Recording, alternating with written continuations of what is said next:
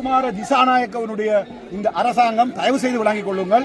இந்த அனைத்து அடக்குமுறைகளுக்கும் கடந்த காலங்களிலே துணை போயிருந்த ஒரு அமைப்பு, வடகிழக்கை பிரித்த அமைப்பு, சுனாமி கட்டமைப்பில் இந்த மக்களுக்கு நிதி போய் சேரக்கூடாது என்று அதை நிறுத்திய அமைப்பு, காணி அதிகாரங்கள் இந்த மக்களுக்கு போகக்கூடாது என்று நின்று இன்றைக்கு இந்த காணி பறிபோறதுக்கு துணையாக இருந்த இந்த ஜேவிபி தலைமையிலான அனுரகுமார பதவியேற்றிருக்கிறார். தமிழர்களை அடக்கி ஆளத்தான் நினைக்கிறார்கள். தமிழருக்கு எந்த நீதியும் கிடையாது.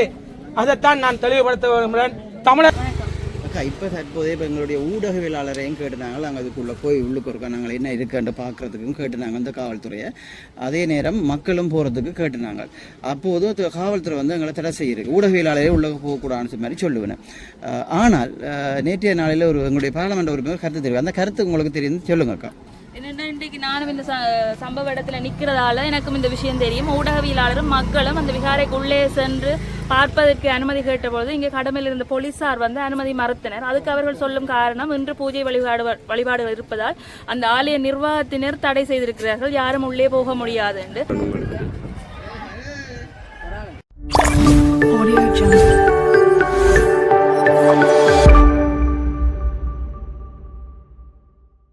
உறவுகளே வணக்கம். நான் இன்றைக்கு நிற்கிற இடம் வந்து யாழ்ப்பாணம் தையிட்டி. இப்போ தையிட்டியில் வந்து நடக்கிற பிரச்சனை வந்து உங்களுக்கு தெரிஞ்சிருக்கும். வந்து அந்த காணியில் வந்து விகாரை அமைச்ச காணிகளை வந்து தங்கள் மக்களுக்கே வந்து கொடுக்க சொல்லி அந்த ஆர்ப்பாட்டம் வந்து இன்றைக்கு வலுப்பெற்ற நிலையில் போய்கொண்டிருக்குது. அதன் காணொலி தான் இப்போ அமைய போகிறது. வாங்க, என்னுடைய சேனலுக்கு நீங்கள் முதல் வந்திருந்தால் மறக்காமல் சப்ஸ்கிரைப் பண்ணி ஆதரவு தாங்க உறவுகளே.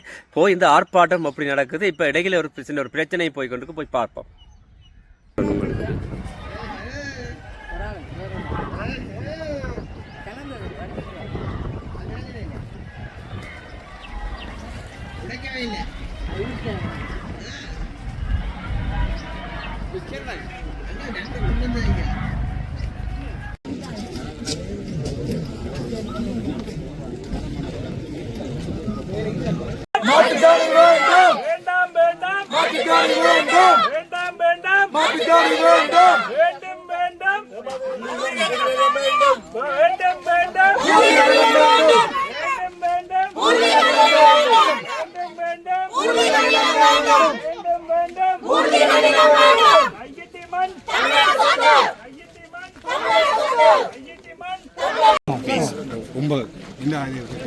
இந்நேரத்துக்கு நாங்கள் யோசிப்போம். அங்கே சைடு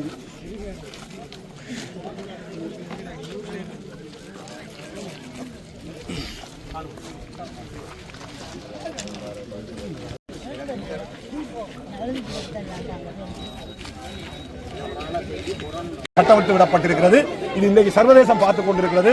நாங்கள் குரலற்றவர்களாக, நீதிக்கு புறம்பானவர்களாக, தெற்குக்கு ஒரு நீதியும் வடக்குக்கு ஒரு நீதியுமாக நடக்கிற இந்த சிங்கள பௌத்த பேரணவாதத்தினுடைய தொடர்ச்சியும் மீட்சியுமாக அனுரகுமார திசாநாயக்கவனுடைய இந்த அரசாங்கம் தயவு செய்து விளங்கிக் கொள்ளுங்கள். இந்த அனைத்து அடக்குமுறைகளுக்கும் கடந்த காலங்களிலே துணை போயிருந்த ஒரு அமைப்பு, வடகிழக்கை பிரித்த அமைப்பு, சுனாமி கட்டமைப்பில் இந்த மக்களுக்கு நிதி போய் சேரக்கூடாது என்று அதை நிறுத்திய அமைப்பு, காணி அதிகாரங்கள் இந்த மக்களுக்கு போகக்கூடாது என்று நின்று இன்றைக்கு இந்த காணி பறிபோறதுக்கு துணையாக இருந்த இந்த ஜேவிபி தலைமையிலான அனுரகுமார பதவியேற்றிருக்கிறார் என்று சொன்னால் இங்கே தேனாரும் பாலாரும் ஓடாது.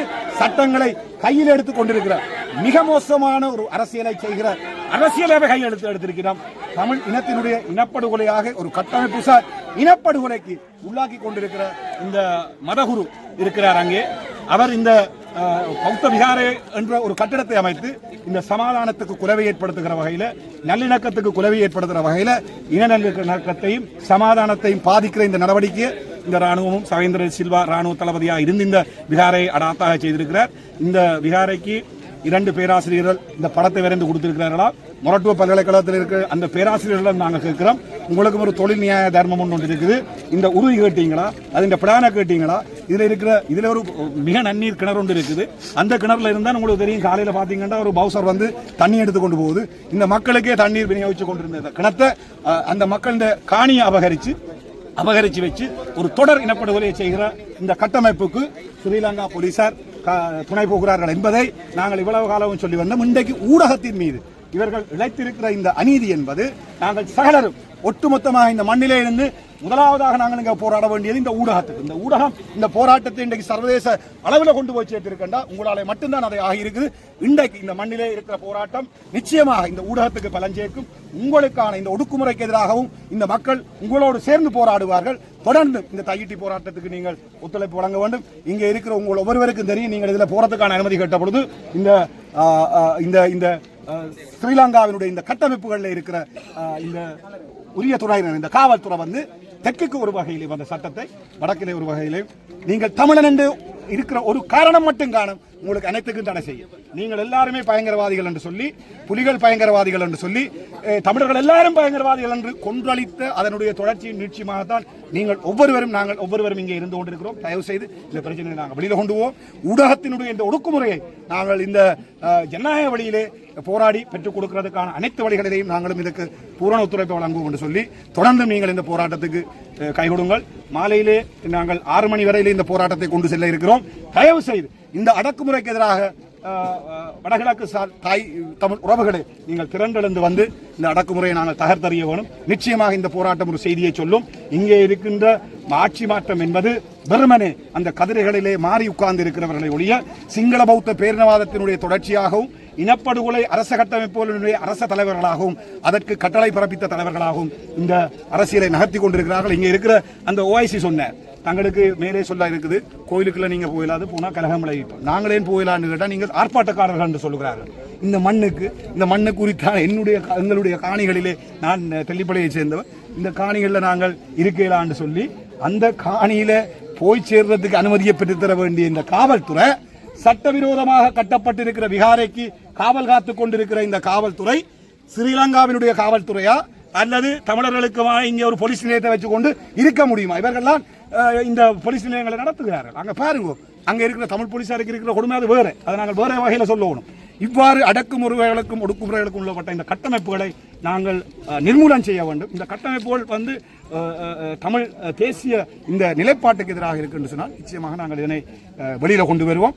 உங்களுடைய ஒத்துழைப்பு மட்டுமே தான் இதை பலப்படுத்தும். தயவு செய்து நாங்கள் உங்களோட தோளோடு தோல் நிற்கிறோம். இந்த போராட்டத்தை தொடர்ந்து கொண்டு வரோம். நீங்கள் எங்களோடு கைகோர்த்து நில்லுங்கள். உங்களால் மட்டும்தான் எங்களுடைய போராட்டத்தையும் வெளியில் கொண்டு போயிடும். இன்றைக்கு நீங்கள் நேரடியாக அனுபவிச்சிருக்கிறீர்கள். ஆகவே நாங்கள் இந்த போராட்டத்தை 6 மணி வரையிலே கொண்டு செல்ல இருக்கிறோம். தயவு செய்து வடகிழக்கில் உள்ள எங்களுடைய தாய் உறவுகள் பேரெழுச்சியாக திரண்டிலிருந்து வாருங்கள். இந்த போராட்டத்தை பலப்படுத்துங்கள் என்று தாழ்மையுடன் வேண்டிக் கொள்கிறேன்.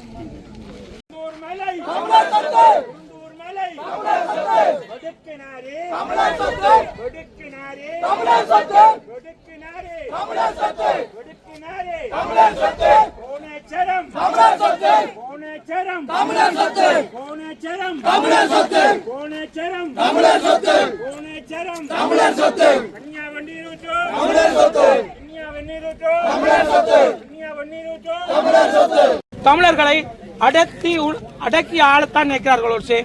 தமிழருக்கு எந்த நீதியும் கிடையாது. அதைத்தான் நான் தெளிவுபடுத்த விரும்புகிறேன். தமிழர்கள் ஆளுநரை போட்டா என்ன, சிங்களவர் ஆளுநர் போட்டாது. சிங்களவரை போட்டிருந்தா கூட கொஞ்சம் நியாயமா கழிச்சிருக்கலாம். ஆளுநர் அவர்களே, இதுக்கு தட்டமா ஒரு இது படிப்பிக்க வேண்டும். யாழ் மாவட்டத்தில் உள்ள மக்களுக்கு நான் சொல்ல விரும்புகிறேன். இன்றைக்கு 3 MP அனுப்புனீங்க, ஜேவிபிக்கு அன்றகுமாருக்கு வாக்கு போட்டு அனுப்புனீங்க.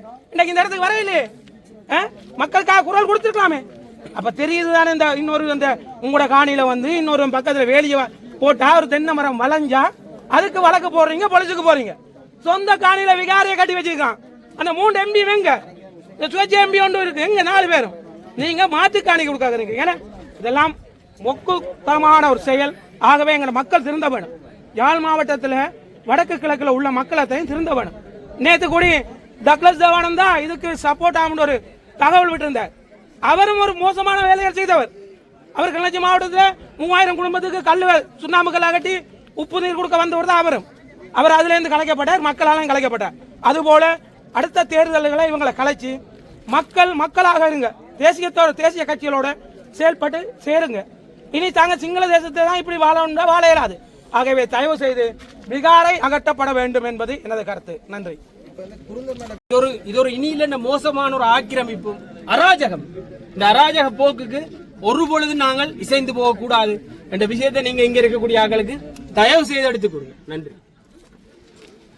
கையிட்டி மண் தமிழர் சொத்து கையிட்டி மண் தமிழர் சொத்து கையிட்டி மண் தமிழர் சொத்து கையிட்டி மண் தமிழர் சொத்து கையிட்டி மண் தமிழர் சொத்து சட்டவிரோத விகாரியை சட்டவிரோத விகாரியை சட்டவிரோத விகாரியை சட்டவிரோத விகாரியை சட்டவிரோத விகாரியை சட்டவிரோத விகாரியை சட்டவிரோத விகாரிக்கு சட்டவிரோத விகாரிக்கு காவல்துறை காவலா சட்டவிரோத விகாரிக்கு காவல்துறை காவலா சட்டவிரோத விகாரிக்கு காவல்துறை காவலா கையிட்டி மண் தமிழர் சொத்து கையிட்டி மண் தமிழர் சொத்து கையிட்டி மண் தமிழர் சொத்து சட்டவிரோத விகாரியை உடனே அகற்று சட்டவிரோத விகாரியை உடனே அகற்று சட்டவிரோத விகாரியை உடனே அகற்று வேண்டாம் வேண்டாம் மாட்டிக்காணி வேண்டாம்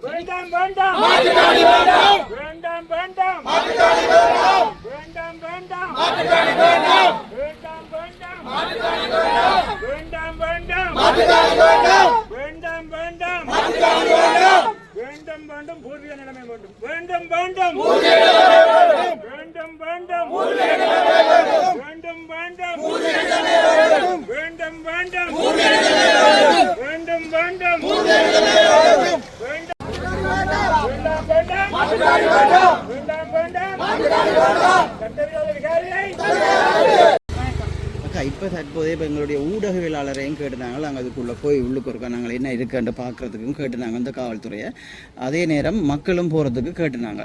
அப்போது காவல்துறை வந்து எங்களை தடை செய்யிருக்கு, ஊடகவியலாளரே உள்ளே போகக்கூடாதுன்னு மாதிரி சொல்லுவேன். ஆனால் நேற்றைய நாளில் எங்களுடைய பாராளுமன்ற உறுப்பினர் கருத்து தெரியும். அந்த கருத்து உங்களுக்கு தெரியும், சொல்லுங்கக்கா. என்னென்னா இன்றைக்கு நானும் இந்த சம்பவ இடத்துல நிற்கிறதால எனக்கும் இந்த விஷயம் தெரியும். ஊடகவியலாளரும் மக்களும் அந்த விகாரைக்குள்ளே சென்று பார்ப்பதற்கு அனுமதி கேட்டபொழுது இங்கே கடமையில் இருந்த போலீசார் வந்து அனுமதி மறுத்தனர். அதுக்கு அவர்கள் சொல்லும் காரணம், இன்று பூஜை வழிபாடுகள் இருப்பதால் அந்த ஆலய நிர்வாகத்தினர் தடை செய்திருக்கிறார்கள், யாரும் உள்ளே போக முடியாது என்று. ஆனால் கடந்த 2 நாட்களுக்கு முதல் பாராளுமன்ற உறுப்பினர் டாக்டர் அர்ஜுனா அவர்கள் வந்தபோது இந்த விகாராதிபதி கூறியிருந்த விடயம், மக்களுக்கு உள்ளே வருவதற்கு அனுமதி உண்டு, மக்கள் உள்ளே வருவதற்கு விருப்பமாக உள்ளனர். ஆனால் இந்த பாராளுமன்ற உறுப்பினர்கள்லாம் கோஷங்களை எழுப்பி அந்த இடத்திலே ஒரு தடையாக நிற்கிறார்கள். அல்லாதபடியும் மக்கள் எங்களுடன் வந்து பேச்சுவார்த்தைகள் நடத்துகின்ற பொழுது நாம் இந்த காணியை விடுவிக்கக்கூடியதாக இருக்கும் என்றவாறான ஒரு தொனிப்பொருளில் அவர் கருத்தை சொல்லியிருந்தார். ஆனால் அந்த மக்கள் எத்தனையோ தரம் இந்த விகாராதிபதியுடன் பேச்சுவார்த்தைக்கு சென்று எதுவுமே பலனளிக்காத ஒரு ஏமாற்றத்தின் தருவாயில தான் இந்த போராட்டம் ஆரம்பிக்கப்பட்டது. போராட்டத்தின் இடையில் கூட ஓரிரு முறை மக்கள் சென்றிருக்கிறார்கள் விகாராதிபதியிடம் இந்த காணிகளை, மிகுதியுள்ள காணிகளையாவதும் எங்களுக்கு உடனடியாக விட்டுத்தாருங்கள் என்று. ஆனால் எந்தவித நடவடிக்கையும் எடுக்கவில்லை. அந்த இடத்திலே இந்த பாராளுமன்ற உறுப்பினரிடம் தவறான கருத்தொன்று பரிமாறப்பட்டுள்ளது. அதேவேளை இன்னொரு விடயம் இதிலே தெளிவாக புலனாகிறது. இந்த மக்கள் உள்ளே பூஜை வழிபாடுகள் நடக்கின்ற பொழுது பொதுமக்கள், சாதாரண பொதுமக்கள் உள்ளே செல்ல அனுமதி இல்லை என்றால் அப்ப அந்த விகாரை யாருக்காக கட்டமைக்கப்பட்டது என்ற கேள்வி அனைவரிடத்துமே எழ வேண்டும். இது முற்றிலும் ஒரு சட்டவிரோத கட்டிடம். தனியாரின் காணியை அடாத்தாக உயர் பாதுகாப்பு வலயம் என்ற போர்வையிலே அபகரித்து கட்டப்பட்ட, இராணுவத்துக்காக கட்டப்பட்ட விகாரை. அந்த விஷயம் வெளியே வர வேண்டும். அதுக்கு இன்று நடந்த சம்பவம் ஒரு நல்ல உதாரணமாக இருக்கும் என நம்புகிறேன். பொதுமக்கள் அங்கே செல்வதற்கு அனுமதி இல்லை, இராணுவத்தினர் மட்டுமே சென்று வழிபடுகின்றனர். இன்று இந்த போராட்டம் பெரும் எழுச்சியிலே நடந்து வருகிறது. பல கட்சிகளும் ஆதரவு தெரிவித்து வந்திருக்கிற இந்த பாதிக்கப்பட்ட மக்களுக்கு பிற்பகல் 2 மணி அளவில் இன்னும் பல திரட்சியான மக்கள் கலந்து கொள்ள இருக்கின்றனர். ஆகவே எமக்கு இன்னும் ஆதரவுகளை தந்து அனைவரும் ஒன்றிணைந்து இந்த மண்மீட்பு போராட்டத்திலே பங்காளிகளாகி எமது மண்ணை மீட்பதற்கும், நாளைக்கு இப்படி ஒரு நில ஆக்கிரமிப்பு இடம்பெறாமல் இருப்பதற்கு இது ஒரு உதாரணமாக இருக்க வேண்டும். எங்கேயுமே அவர்கள் அத்துமீறி கை வைக்க கூடாது. அவர்களுக்கு அந்த உணர்வை ஏற்படுத்த வேண்டும். மக்கள் விழிப்புடன் இருக்கிறார்கள் என்ற செய்தியை நாங்கள் உறக்க கூற வேண்டும். நாம் தையிட்டியை வெகு சீக்கிரமே மீட்டெடுக்க வேண்டும். அதுக்கு மக்கள் உங்களுக்கு இன்னும் பலத்த ஆதரவு தர வேண்டும் என நான் இந்த இடத்துல கேட்டுக்கொள்கிறேன். நேற்றைய நாளிலே அமைச்சர் சந்திரசேகரன் அவர்கள் 2 ஊடகங்களுக்கு ஒரு செவியை வழங்கியிருந்தார். அது நீங்கள் பார்த்தீங்களோ தெரியாது. தையிட்டியில் இது விகாரை அமைந்திருக்கிற இடம் அது மக்களுடையது, அதில் எந்த விதமான மாற்று கருத்துக்கும் இடமில்லை. ஆனால் நாங்கள் சென்று மக்களுடன் நேரடியாக ஆராய்ந்த பின்னரே உடனடியாக தீர்வு ஒன்றை வழங்க இருக்கின்றோம் என்று ஒரு ஊடகத்துக்கு ஒரு செவியை வழங்கி இருக்கிறார். அதன்படி உங்களுடைய கருத்துக்கள் என்ன? இது பார்த்தோம்னு சொன்னா, இவை ஆட்சிக்கு வந்து இப்போ 3 மாதங்களுக்கிட்ட ஆகியிருக்கிறது. இந்த 3 மாதமுமே அவர்கள் எங்களிடத்தை எந்த ஒரு பேச்சுவார்த்தைக்கும் வரவில்லை. நாங்கள் சந்தித்திருக்கிறோம் அவர்களை, எங்களுக்கு எந்த பதிலும் வழங்கப்பட சாதகமான பதில் வழங்குகிறோம் என்று 3 மாத காலம் கடத்தி விட்டார்கள். இன்னமும் அதையே சொல்லிக் கொண்டிருக்கிறார்கள். மக்கள் இன்னும் ஏமாளிகள் அல்ல, மக்கள் விழித்து விட்டார்கள். உங்களது இந்த பூச்சாண்டி காட்டும் வேலைகளை நீங்கள் ஒருபுறம் வைத்துவிட்டு உண்மையாக இறங்கி வந்து மக்களுடன் பேச்சுவார்த்தையில் ஈடுபட வேண்டும். இதற்கான ஒரு நியாயமான சட்டத்திற்கு அமைவான ஒரு தீர்வு எங்களுக்கு வழங்க வேண்டும். வெறுமனே உங்கள் அலுவலகங்களில் இருந்து கொண்டு செவ்விகள் வழங்குவதை தவிர்த்து இந்த போராட்ட களத்துக்கே வருவதைத்தான் நாங்கள் எதிர்பார்த்திருக்கிறோம். வந்து எங்களுடன் ஒரு பேச்சுவார்த்தை நடத்த சொல்லி நான் கேட்டுக்கொள்கிறேன்.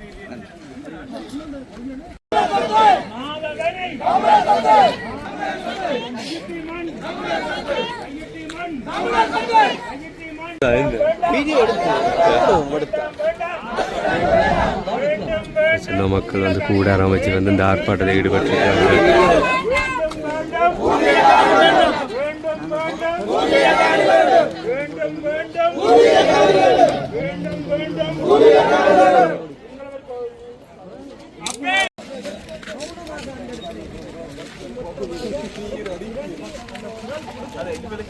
தீர்ப்பு வந்தது கட்டணம் கட்ட வேணாம்னு சொல்லி அதுக்கப்புறம் கட்டணம் கட்டி பூசைகள் நடக்குது. அது சிங்களவன் ஆட்சி. நாங்க தமிழர்கள் சும்மா கத்தின்னு தான் இருக்கலாம். நீதி கிடையாது. இலங்காவில் நீதி கிடையாது. ஏற்பாடுகள் நாங்க போய் பொங்க போனா தடைகள் வரும். போன முறையும் எத்தனை பேர் அடைக்கப்பட்டார்கள். எப்படித்தான் அந்த நீதி ஒரு காலமும் தமிழருக்கு நீதி கிடையாது. நீதி இல்லை. இது ஸ்ரீலங்காவில் எந்த நீதித்துறை கிடையாது. இயங்க இல்லை. சுயாதீனமா இயங்க முடியாது. சிங்களவர்கள் விட மாட்டார்கள். எந்த நாட்டில் எந்த ஜனாதிபதி வந்தாலும் அவர் சிங்களவர் வர முதல் சொல்லுவார். ஜேபியும் எத்தனையோ போராட்டங்கள் செய்தது தானே என்ன சொன்னவங்க. ஆனா இப்ப அவங்களும் சேர்ந்து தான் செயல்படுறாங்க. எல்லாமே அந்த சிங்கள புத்த ஆகமத்தில் புத்த பெருமானுக்கு நாங்கள் எதிரானவர்கள் அல்ல. ஆனால் அவரை வச்சு இந்த நாட்டை அழித்து கொண்டு. நன்றி ஐயா.